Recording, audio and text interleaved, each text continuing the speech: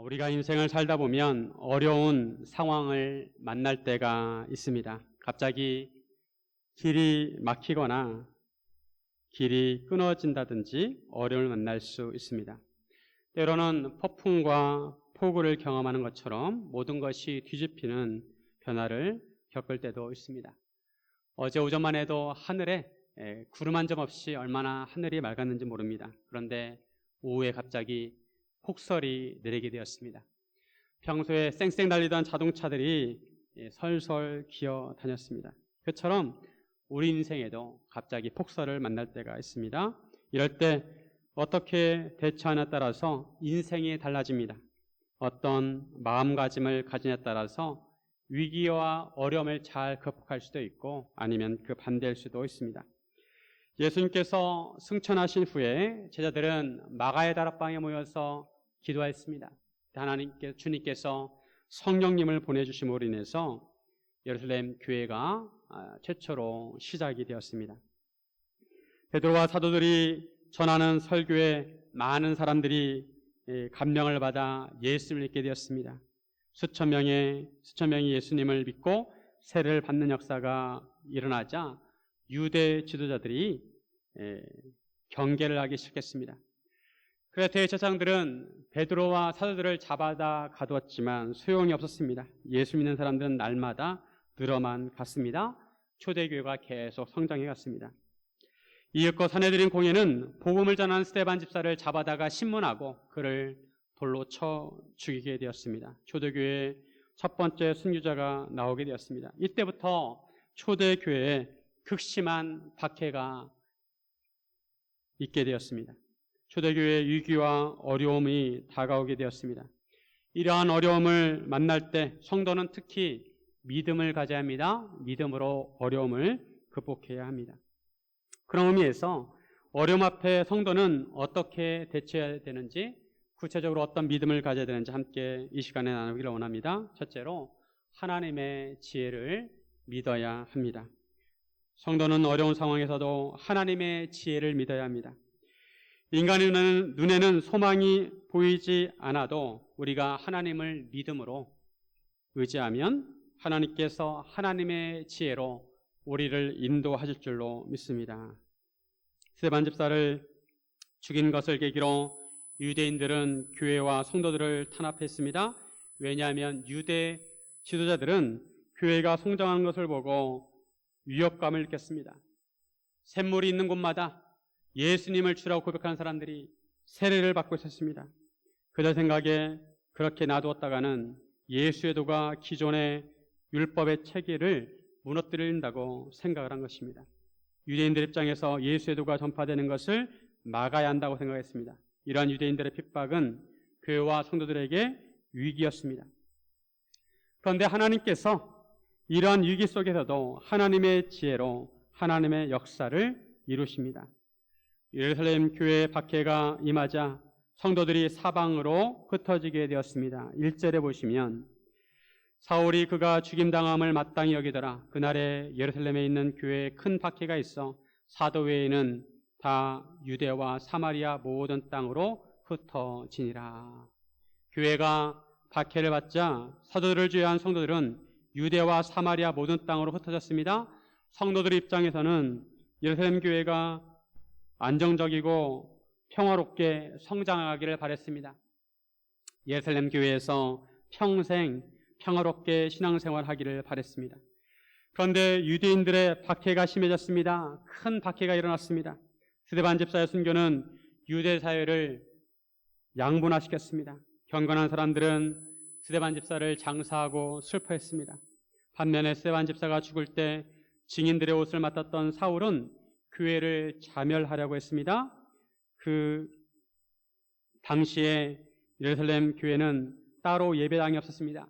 여러 가정교회로 이루어졌습니다. 여러 성도님들이 자기 집을 교회로 개방을 하고 여러 성도들이 함께 모여서 예배드리고 교제를 하였습니다. 사울은 이런 집들을 찾아다니면서 예수 믿는 사람들을 잡아다 옥에다 가두었습니다. 산헤드린 공회에서 스데반 집사를 신문하고 죽인 것처럼 그들도 신문하려고 한 것입니다. 성도들은 유대인들에 의해서 잡혀갈 위기에 봉착하게 되었습니다. 성도들은 이런 위기 앞에 예루살렘을 떠나 유대와 사마리아로 흩어지게 되었습니다. 예루살렘 교회가 위축되고 성도들이 떠나갔습니다. 유대인의 핍박으로 교회가 위축되고 모이지 못하는 상황을 보면 교회 입장에서 악재라고 할 수 있습니다. 성도들에게 실망감을 줄 수 있습니다. 주님께서 세우신 교회가 왜 이렇게 핍박을 받아야 되나?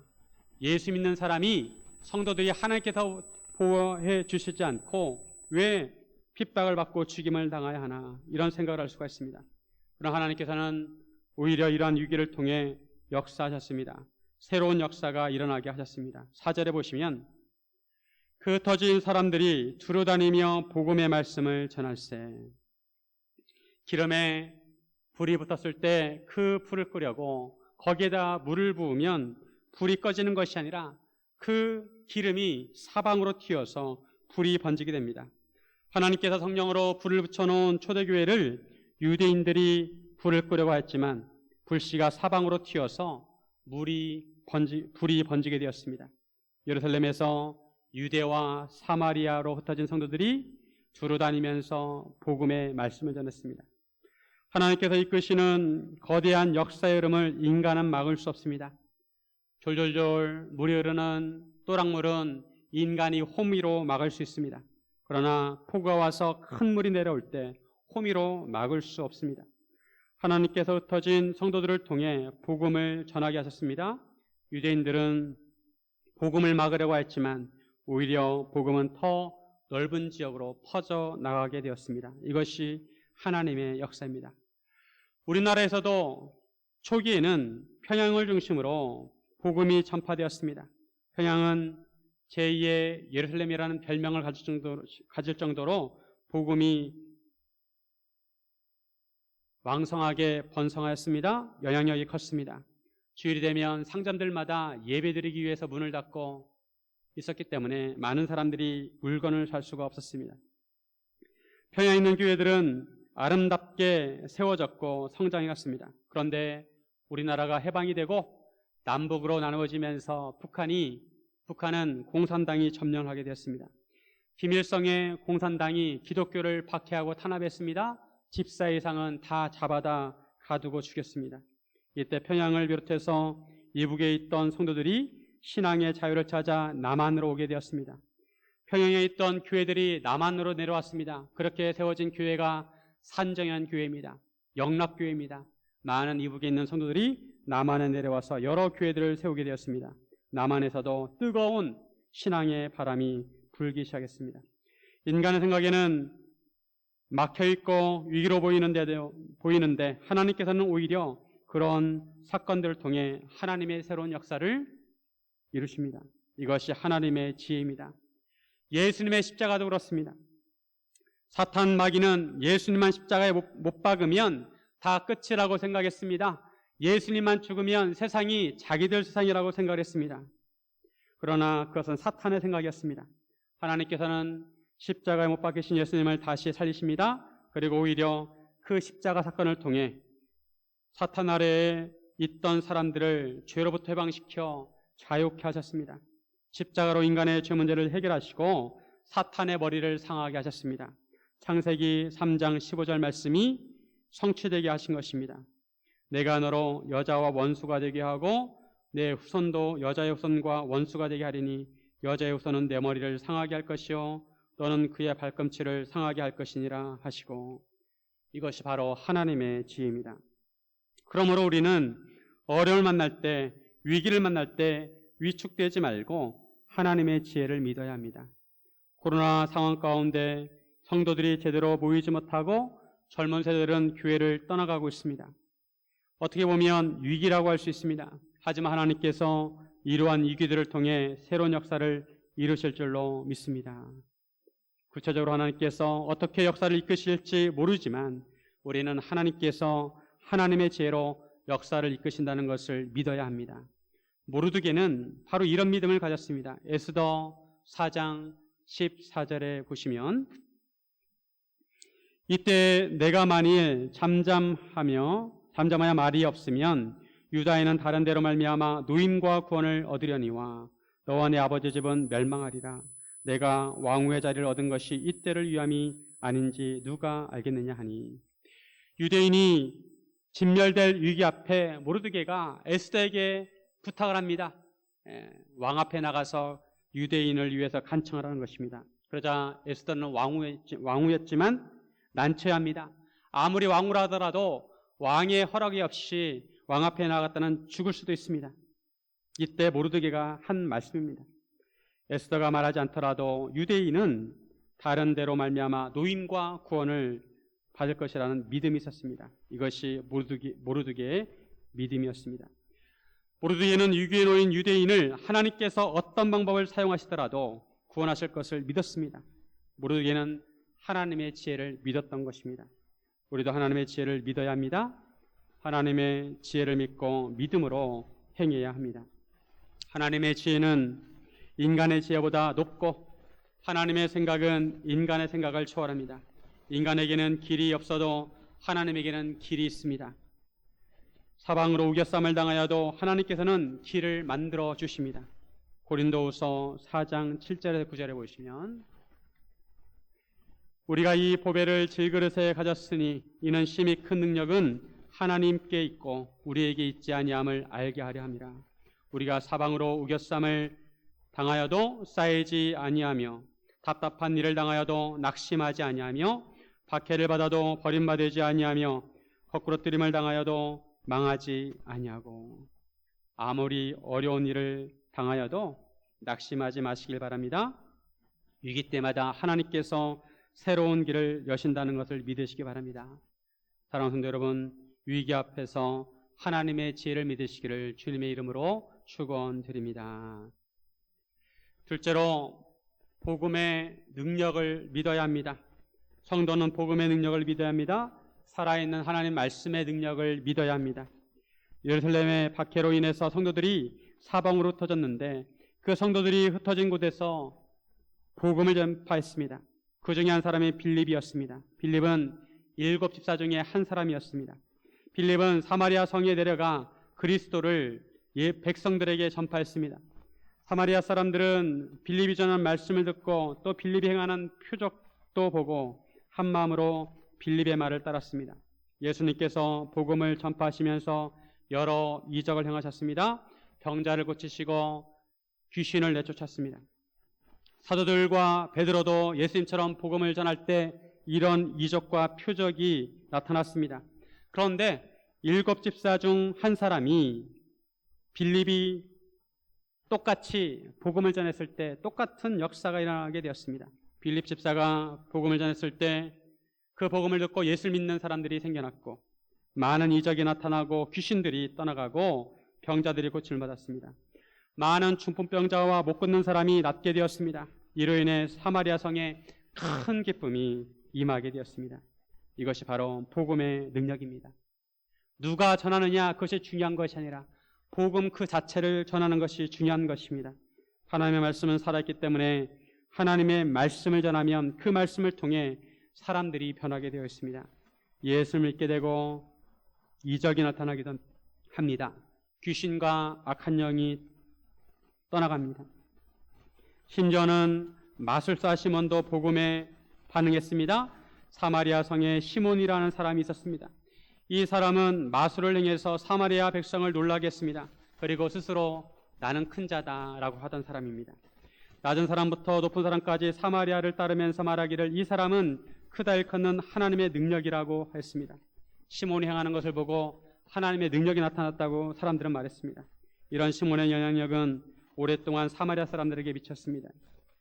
그런데 이런 시몬도 빌립이 전한 말씀을 듣고 반응했습니다. 12절에 보시면 빌립이 하나님 나라와 및 예수 그리스도의 이름에 관하여 전도함을 그들이 믿고 남녀가 다 세례를 받으니, 사마리아 사람들이 빌립이 전한 복음을 듣고 남녀가 다 세례를 받았습니다.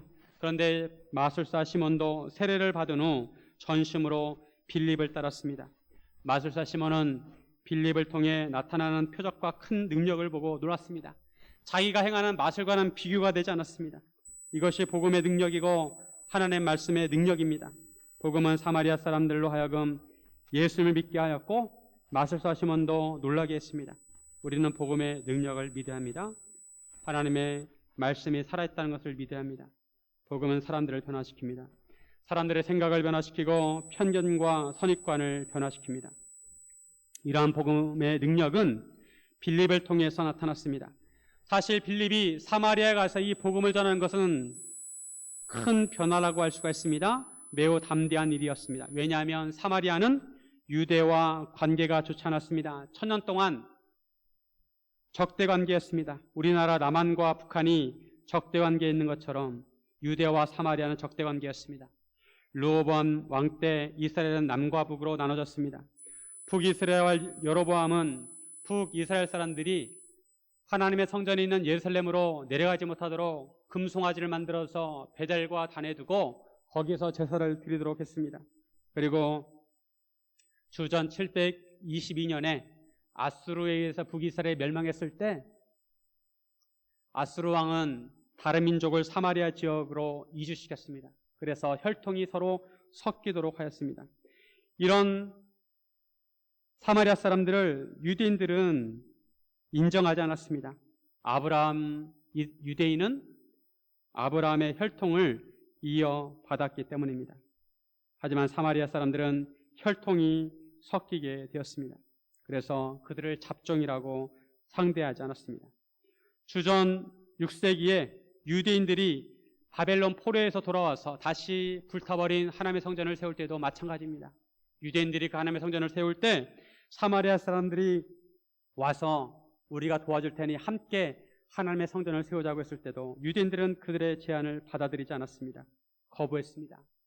주전 4세기에는 사마리아 분파가 북이스라엘은 그리심산에 예루살렘의 성전과 대항해서 새로운 성전을 세우게 됩니다. 그리고 그들은 모세 오경만 인정하고 다른 구약 성경은 거부했습니다. 유대인들은 이런 사마리아 사람들이 인종과 종교 면에서 잡종이라고 하였습니다. 사마리아 사람들은 이교도이고 분파주의라고 멸시했습니다. 유대인들은 이런 사마리아 사람들을 상종하지 않았습니다. 그런데 빌립 집사는 오늘 본문에 보면 이처럼 적대시하던 사마리아 사람들을 찾아가서 하나님의 복음을 전하고 있습니다. 빌립 집사는 오직 성령이 너희에게 마시면 너희가 권능을 받고 예루살렘과 온 유대와 사마리아와 땅까지 이르러 내 증인이 되리라 하신 예수 말씀에 순종해서 복음을 전했습니다. 그 명령에 순종하여 사마리아 사람들에게 복음을 전했을 때 그들에게 복음의 능력이 나타나게 된 것입니다. 이런 복음의 능력은 빌립 집사뿐만 아니라 사도들도 변화시켰습니다. 예루살렘에 있는 사도들이 사마리아도 하나님의 말씀을 받았다는 말씀을 듣고 베드로와 요한을 보냅니다. 그들이 사마리아로 내려가서 그들을 위해서 성령 받기를 기도하자 그들에게 성령님이 임하게 되었습니다. 두 사도가 안수하자 성령을 받았습니다. 16절과 17절에 보시면 이는 아직 한 사람에게도 성령 내리신 일이 없고 오직 주 예수의 이름으로 세례만 받을 뿐이더라. 이에 두 사도가 그들에게 안수함에 성령을 받는지라. 베드로와 요한은 예수를 믿게 된 사마리아 사람들에게 안수하였습니다. 그러자 성령 세례가 임했습니다. 우리가 주목할 것은 사도 요한의 변화입니다.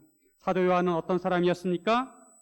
이전에 사마리아 사람들이 예수님을 거부하자 하늘에서 불을 내려 태워버리자고 한 사람입니다. 누가복음 9장 54절에 보면 제자 야고보와 요한이 이를 보고 이르되 주여 우리가 불을 명하여 하늘로부터 내려 저들을 멸하라 하기를 원하시나이까. 이처럼 사마리아 사람들에게 적대적이었던 요한이 사마리아 사람들을 위해서 기도하고 안수했습니다. 이것이 복음의 역사이고 능력입니다. 사도들의 선입관과 편견을 변화시켰습니다. 사마리아 사람들만 복음으로 변한 것이 아니라 그 복음을 전한 빌립도 또 사도들도 베드로와 요한도 변화가 일어났던 것입니다. 이것이 복음의 능력입니다. 우리도 복음의 능력을 믿어야 합니다. 하나님의 말씀에 능력이 있음을 믿어야 합니다. 히브리서 4장 12절 말씀.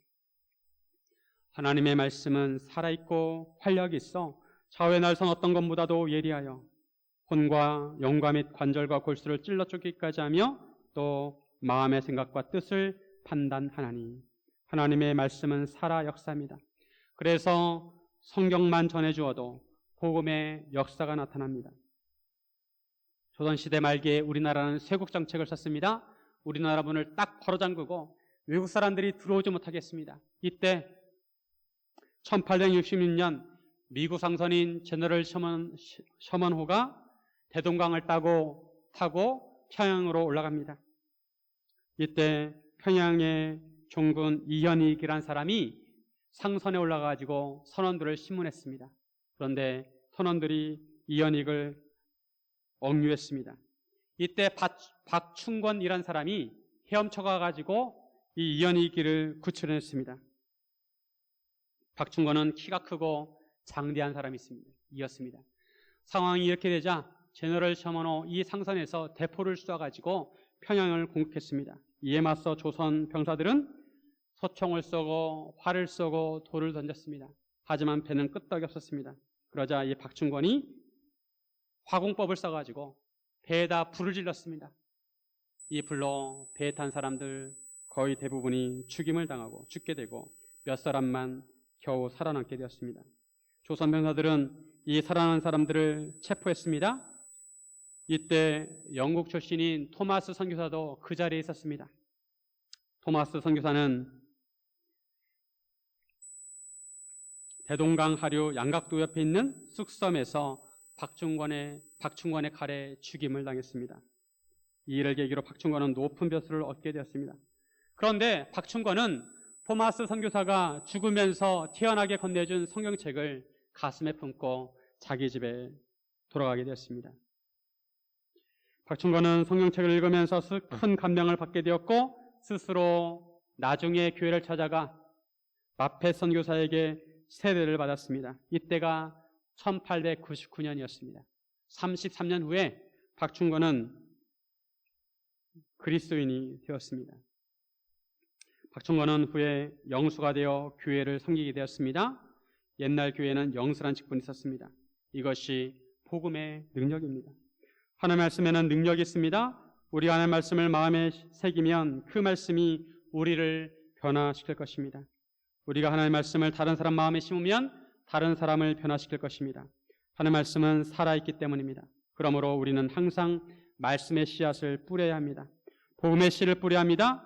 하나님께서 어떻게 역사하실지 모릅니다. 언 땅에 씨를 뿌리면 무슨 소용이 있을까 생각하지 말고 언 땅이라도 씨를 뿌려야 합니다. 그러면 하나님께서 언 땅을 뚫고 생명이 나오게 하실 것입니다. 어떤 사람은 개인적인 어려움을 만날 때 빌사일삼 빌립보서 4장 13절 말씀을 붙들었습니다. 내게 능력 주시는 자 안에서 내가 모든 것을 할 수 있느니라. 이 말씀을 붙들고 기도하였을 때 정말 기적 같은 일들이 일어났다고 합니다. 어떤 성도는 사업이 망했을 때 데살로니가 전서 5장 16절 말씀을 붙들었습니다. 항상 기뻐하라. 사업을 하다가 망하면 하늘이 무너지는 느낌일 것입니다. 하지만 이 말씀을 마음에 새기고 항상 기도 제목을 하루에 하나씩 적었습니다. 내 몸이 건강한 것도 감사하고 가족들과 함께하는 것도 감사하고 햇살 한 줄기도 감사하고 한방눈도 감사하고 산과 나무도 감사하고 꽃 한 송이도 감사하고 그러다 보니 정말 그에게 감사한 일들이 많이 생기게 되었다는 것입니다. 우리는 말씀을 붙들고 우리 마음의 새김으로 인해서 말씀의 능력을 체험해야 합니다. 사랑하는 여러분, 복음의 능력을 믿고 의지하시기를 주님의 이름으로 축원드립니다. 셋째로 영적인 가치를 믿어야 합니다. 성도는 세상의 가치가 아니라 영적인 가치를 믿어야 합니다. 세상의 가치보다 영적인 가치를 추구해야 합니다. 마술사 시몬은 빌립의 복음을 듣고 그 영향을 받았습니다. 그리고 사도 베드로와 요한이 사람들에게 안수하자 성령이 임하는 것을 보았습니다. 이것을 보고 시몬은 돈을 주고 그 권능을 사려고 했습니다. 19절에 보시면 이르되 이 권능을 내게도 주어 누구든지 내가 안수하는 사람은 성령을 받게 하여 주소서 하니.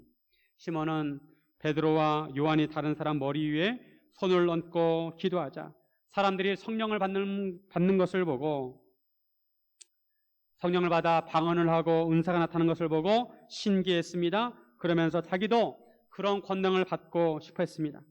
시몬 생각에 그런 권능을 돈을 주고 살 수 있다고 생각을 했습니다. 시몬은 그 전에 마술을 통해서 사람들의 주목을 받았고 사람들의 존경을 받고 또한 많은 돈도 받았습니다. 시몬이 권능을 돈으로 주고 사려고 한 것은 성령의 권능도 일종의 마술로 생각을 한 것입니다. 성령님은 하나님이신데 단지 성령의 권능을 단순한 능력으로 생각을 한 것입니다. 돈벌이로 시몬은 생각을 했습니다. 이런 시몬이라는 이름에서 성직 매매라는 이름이 나왔습니다. 시몬이라는 단어가 나왔습니다. 성직을 돈으로 매매하는 것을 말합니다. 중세시대 카톨릭에서 구패에서 성직을 매매했습니다. 시몬이 생각할 때 그런 권능이 있으면 많은 돈을 벌 수 있다고 생각을 한 것입니다. 이런 시몬을 베드로가 꾸짖습니다. 20절에 보시면 베드로가 이르되 내가 하나님의 선물을 돈 주고 살 줄로 생각하였으니 내 은과 내가 함께 망할지어다. 베드로는 시몬의 불순한 의도를 지적합니다. 시몬은 하나님의 선물의 가치를 알지 못했습니다. 하나님의 영적인 가치를 돈을 주고 사려고 했습니다. 베드로는 이런 시몬을 돈과 함께 망할 것이라고 합니다. 하나님 앞에서 마음이 바르지 못하고 예수의 도에는 시몬이 관계도 없고 분깃될 것도 없다고 했습니다. 그러면서 시몬에게 악함을 회개하고 주께 기도하라고 합니다. 꼭 마음에 품은 것을 사여 주실 것이라고 합니다. 베드로가 영적인 눈으로 볼 때 시몬은 악독이 가득하고 불의에 매여 있었습니다. 이런 베드로의 말을 들은 시몬은 두려웠습니다. 베드로에게 자기를 위해서 기도해달라고 했습니다. 베드로가 말한 것이 하나도 자기에게 임하지 않게 해달라고 부탁했습니다. 앞에서는 분명히 시몬은 빌립이 전하는 복음을 듣고 그도 믿었다고 말씀합니다. 시몬은 믿고 세례를 받았습니다. 그리고 전심으로 빌립을 따랐습니다. 그런데 이런 시몬이 성령의 권능을 돈으로 주고 사고자 했습니다. 이게 어떻게 된 것일까요? 빌립이 복음을 전했을 때 시몬은 진정으로 예수님을 믿기는 믿었던 것일까요? 만약 예수님을 믿었다면 어떻게 그 마음에 악독이 가득할까요? 이에 대해 여러 가지 의견이 분분합니다. 어떤 사람은 빌립이 복음을 전하였을 때 예수님을 믿기는 믿었다고 합니다. 하지만 그 믿음은 구원에 이르는 믿음이 아니었다고 합니다. 이에 반해 어떤 사람은 시몬은 처음부터 예수님을 믿지 않았다고 합니다. 가짜로 믿었다는 것이죠. 베드로가 회개를 촉구했을 때도 본인이 직접 회개하라고 하지 않고 베드로에게 자기를 위해서 기도해달라고 부탁을 합니다.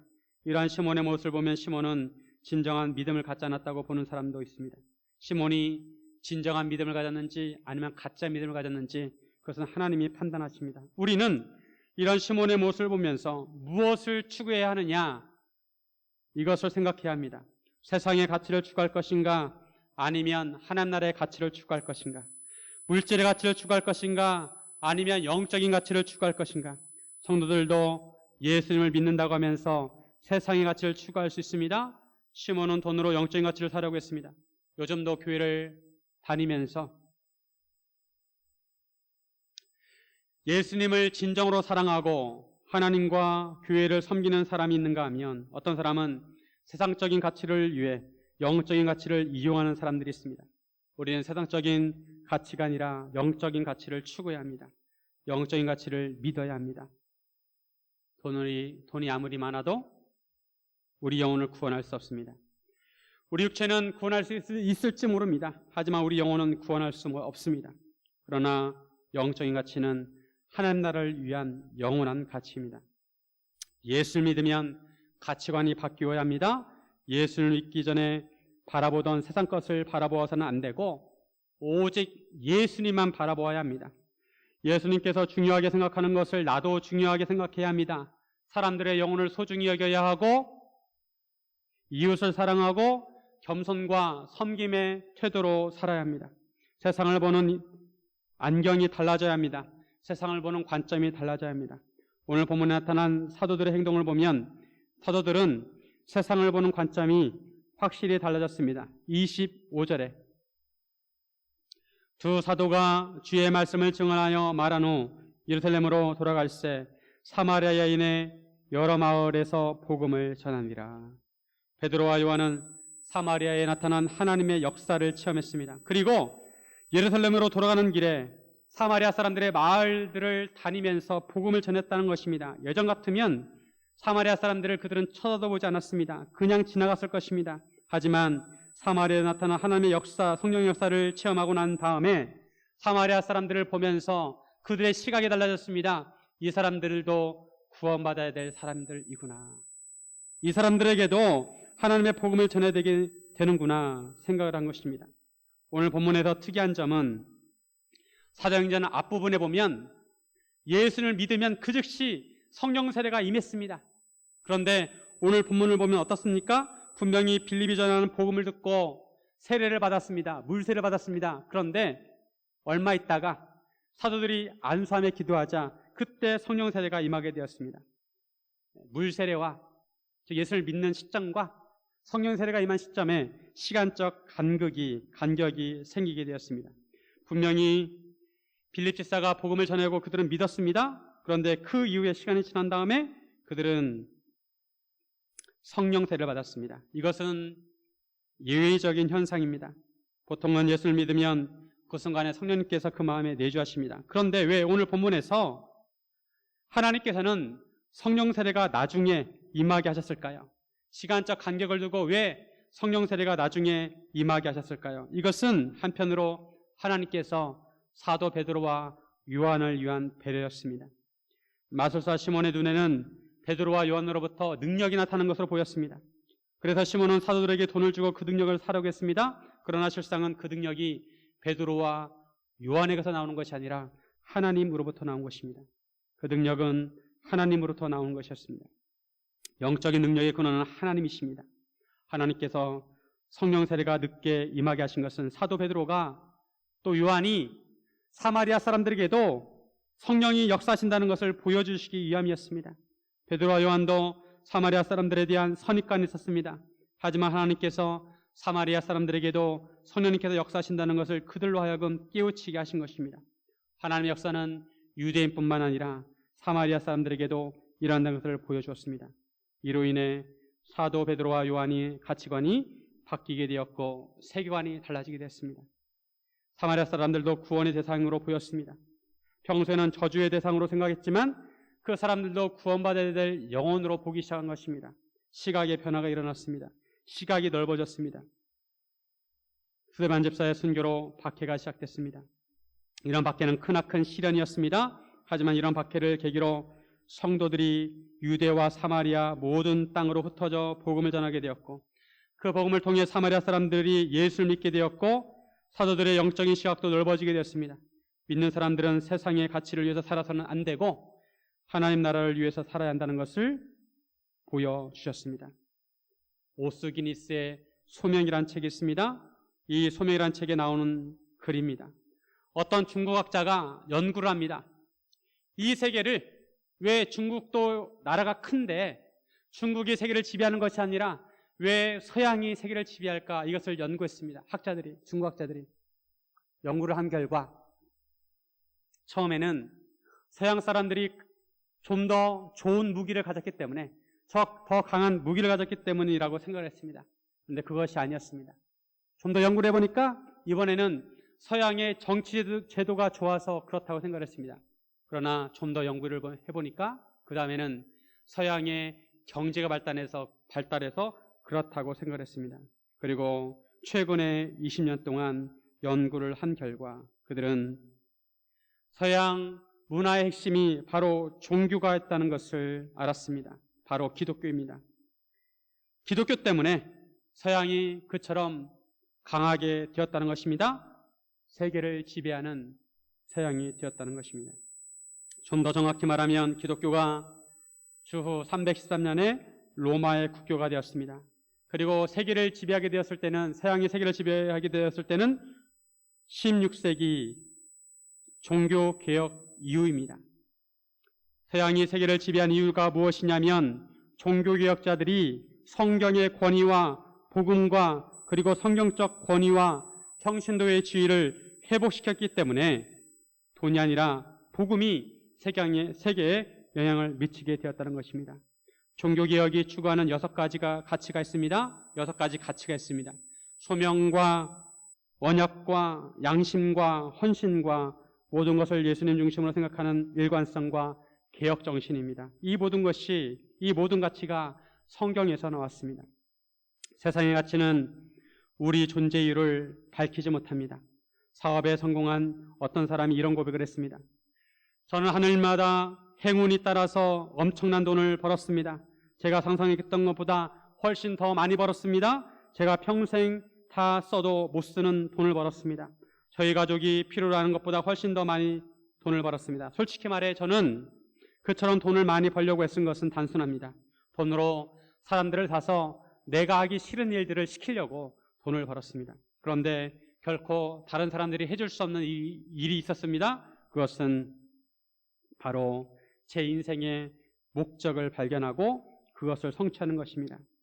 그것을 발견할 수 있다면 저는 어떤 대가든 지불할 준비가 되어 있습니다. 아무리 돈을 많이 벌어도 자기 인생의 목적을 발견할 수 없다는 것입니다. 하나님은 우리를 이 세상에 살게 하셨습니다. 삶은 하나님이 주신 가장 큰 선물입니다. 우리는 단지 돈을 위해 사는 존재가 아니라 하나님 나라의 가치를 위해서 살아야 합니다. 하나님 나라의 가치에는 예수 그리스도, 십자가, 사랑, 믿음, 소망, 제자, 다음 세대, 선교, 구제, 섬김, 전도 등 여러 가치들이 있습니다. 그것이 나의 삶의 목적이 되어야 합니다. 아무리 관심을 가져도 끝이 없는 가치, 열정을 다 바칠 수 있을 정도의 깊은 가치, 마지막 순간까지 우리의 가슴을 뛰게 하는 영원한 가치, 그것을 찾고 그것을 추구해야 합니다. 때때로 어려움은 이러한 가치들에 대해서 다시 생각하게 합니다. 하나님의 가치를 발견하게 합니다. 나는 어떤 가치를 추구하며 살아야 하는가? 우리는 살면서 어려움을 만날 수 있습니다. 인간은 어려움을 만나기를 싫어합니다. 인간은 어려움을 만나면 먼저 현실을 부정합니다. 무언가 잘못되었다고 생각합니다. 사람들은 문제를 싫어합니다. 문제 없이 평탄한 삶을 살기를 원합니다. 그러나 하나님께서는 우리에게 문제를 만나게 하십니다. 왜냐하면 우리에게 새로운 길을 열어주시기 위해서입니다.